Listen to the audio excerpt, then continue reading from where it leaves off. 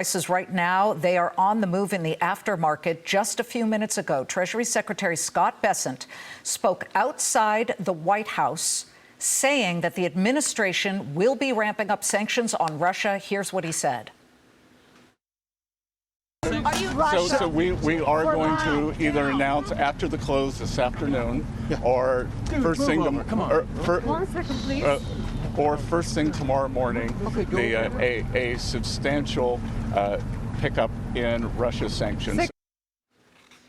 So that's why we're seeing oil prices moving higher by nearly 4% in the aftermarket. Bessent will be on Kudlow in just a few minutes after this show. You've got to stay tuned for that.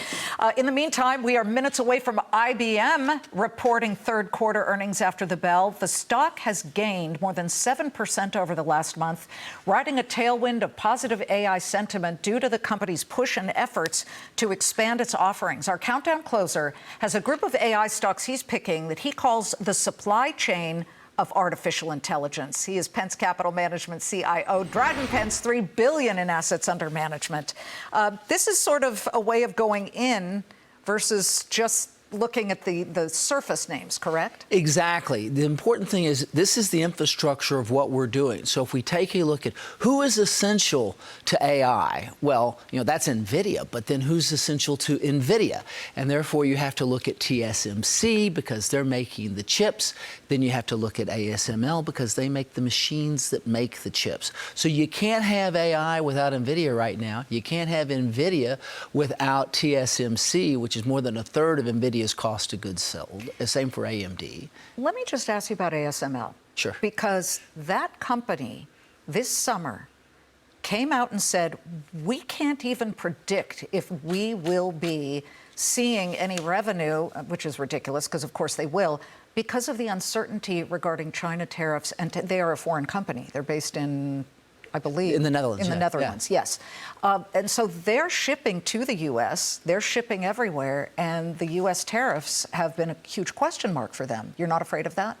We're not terrified of tariffs. One of the things is this is such an essential piece of a product that the prices are going to adjust for it. And there's enough expenditure going into this so that, yes, is it going to raise the price? Yes. Is it going to raise the price to the end user to the point that they don't get a supply? No, they're absolutely essential. So they're at this choke point. You have to have them.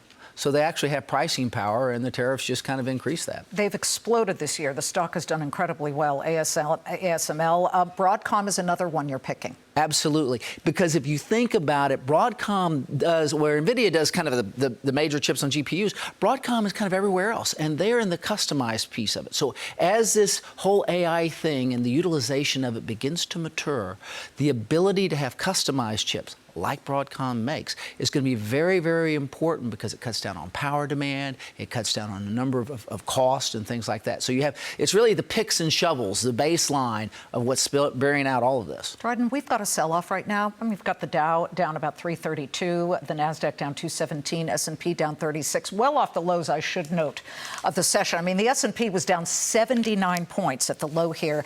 That said, if you were advising somebody who is trying to sock away a little bit of money every month, would you say this is a buying opportunity?